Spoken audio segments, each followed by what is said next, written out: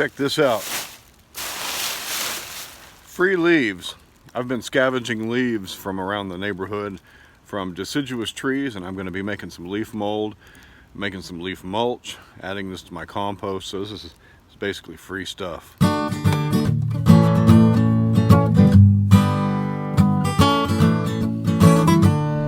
right, we're heading out on a leafspedition. All right, so just driving around my neighborhood, it's evident that leaves are everywhere. You could easily get all the leaves you could possibly need if you live in a neighborhood like mine with 15 to 20-year-old trees. And yeah, they're everywhere. Leaves are all over the place. What we're looking for today is the low-hanging fruit. You could go and knock on your neighbor's door and offer to rake up all their leaves or leaf blow their yard. We're looking for the ones where the lawn guys have come by and already done that for us and put bags on the side of the road, and that's what we found today. That one's pretty heavy, huh?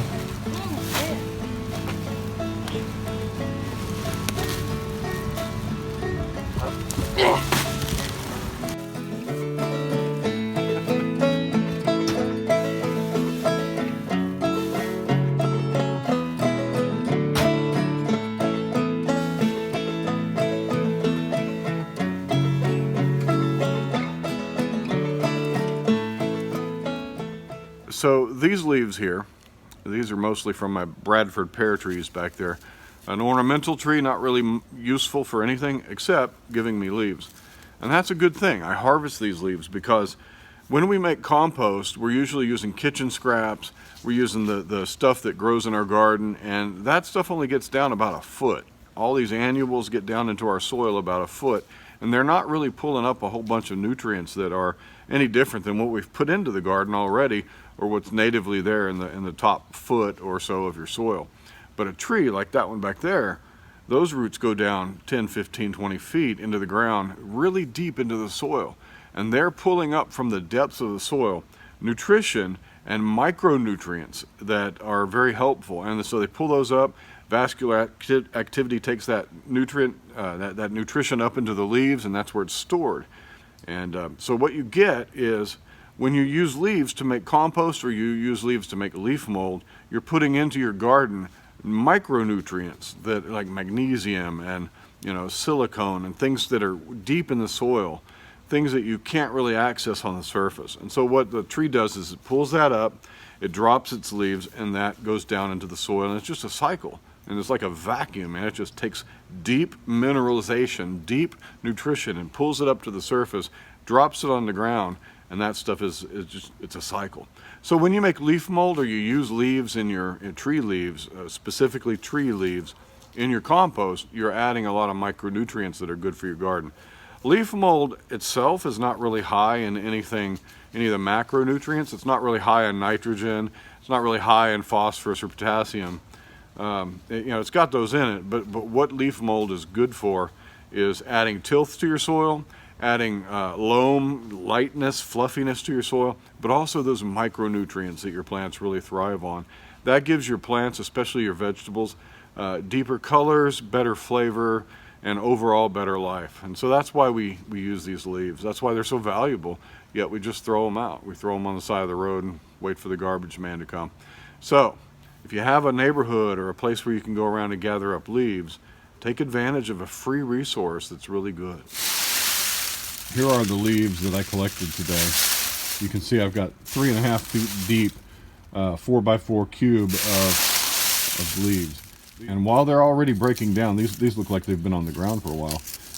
I want to break them down even smaller. So while I put them in here for storage, I'm going to have to take them out, run them through the chipper or run over them a couple times with a lawnmower, and then put them back in.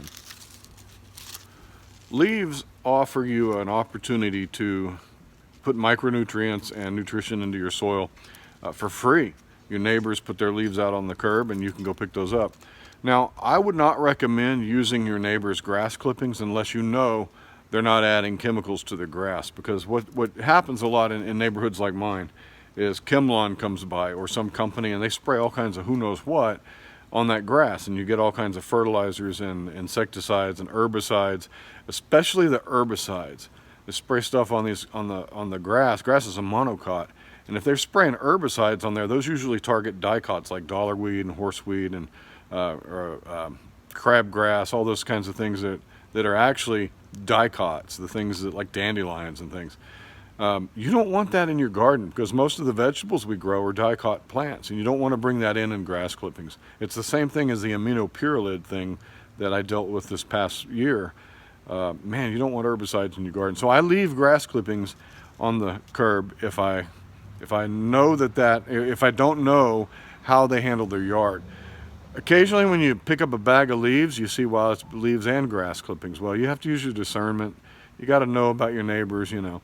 But if I find a bag of leaves, I consider that more safe, because those leaves are not drawing up from the lawn. They're drawing up nutrients deep. They're drawing up things from deep down below. And so I generally consider leaves a safe bet. If you want to go and scavenge leaves and get free nutrition for your garden, go around your neighborhood and find a bunch of leaf bags. It's good stuff. Think you can get it? For a bunch of leaves, it's heavy. It is heavy. Because there's a lot of moisture in there.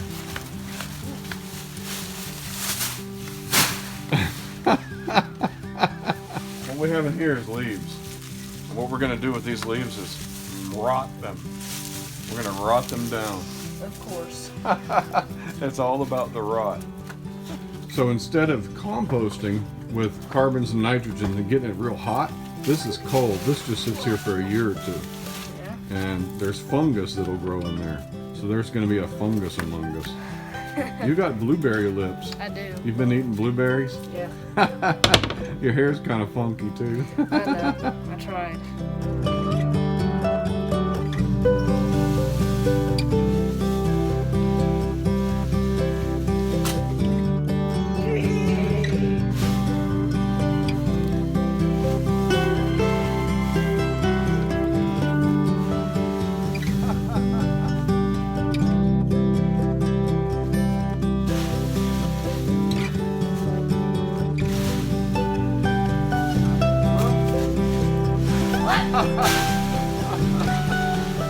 When you're scavenging, I guess that's the gardener's equivalent to dumpster diving. But when you're scavenging, if a bag is really, really heavy, it means there's probably a lot of grass clippings in it. A lot of moisture is retained by those grass clippings. If it's warm, there's probably a lot of grass clippings in it as well. You know, you got to use your discernment, like I said, and to decide if you want to go for that. I do. So let's grind these up.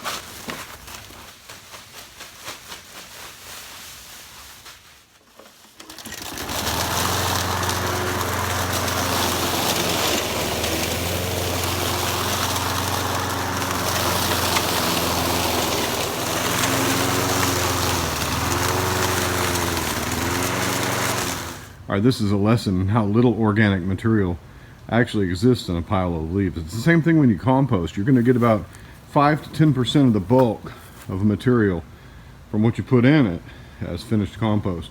Those leaves, now that there's no air spaces between them, man, it's hardly anything there, huh? But this is what we want.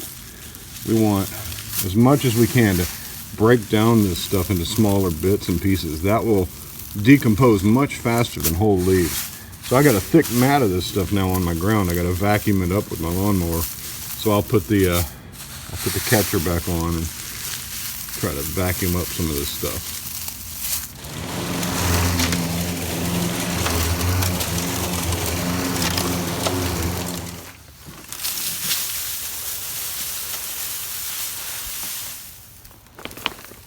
Nice. That's what we're after right there.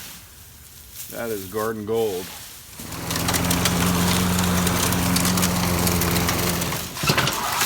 Check this out. This is that entire pile that Samuel and Phoebe were playing in, ground down into small, finer bits. So that's the stuff we're going to put in our leaf mold pile. This very fine stuff. And what I'm going to do in between each session when I grind leaves up with my lawnmower is I'm going to spray these down with water, get it nice and wet, moist. But yeah, man, look at that. That's fantastic. And free. By the way, if you don't have a gorilla cart, man, these things are awesome. Get you a gorilla cart. You'll never use a wheelbarrow again. Now, one thing you can do to kind of kick off the breakdown process with this leaf mold is to actually cheat and do a bit of a composting method. You can take a high nitrogen and layer it in here, and what that will do, you know, like grass clippings, or even wet this down with urine. I know that sounds gross, but that's high nitrogen and it's moisture. If you wet this down and put some nitrogen in here, you'll get a jump start, a head start, because what's going to happen is you'll compost a little bit of this material in the bacterial compost hot method, and then once that dies off and cools down, then the fungal life will fill in and start making actual leaf mold. So, you know, you can do that. That speeds up the process a bit. It's kind of a hybrid method, but you can do that too. Whatever you do, don't waste free leaves.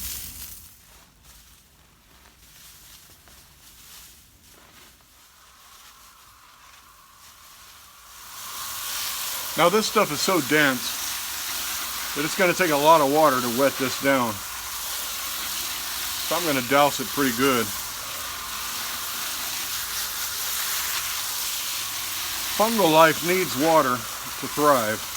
It needs moisture. And so we're going to make sure this is nice and wet.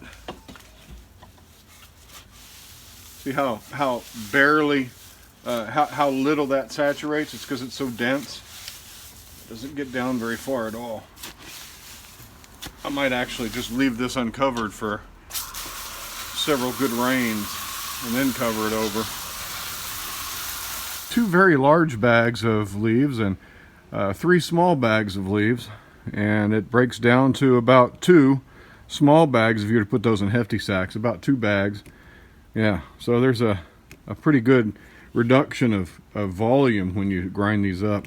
I've got this one left here, I've got those 3 over there left, and I have those 2 right there, and we'll go out and get some more as the season goes by. My goal is to fill this completely to the top, about right here. So that's going to take me, you know, 30 or 40 more bags of leaves, and we'll get them. There's plenty of leaves turning a golden color and falling on the ground these days. So as fall progresses and we move into winter, we'll be into some leaf mold. That's tough work, kind of like summer. Doesn't help that today's 75 degrees in the middle of November. That's the way it is around here. Well, that's how we're going to do our leaf mold. And since it's a very long-term process, at least 6 months, probably more, close to a year, then I'll show you the results of it whenever we have something worthy of showing. But if you want to make leaf mold, just remember it's a cold process. It's a fungal process, and you want to get those brown leaves ground up as much as possible to help speed the process along. Remember also, you can hybridize the process by putting some composting action in there by introducing nitrogen, and that'll give it a little boost start and get some bacterial life going. But it's not the bacterial life that's going to ultimately make this leaf mold. It's the fungal life. So thanks for joining us today on Black Gumbo Southern Gardening. It's a good day in the garden. We've worked hard. We're glad you came along and joined us. Follow us on Instagram if you haven't already. Follow us on Facebook as well. And I look forward to seeing you on the next video. Y'all take care. Bye-bye.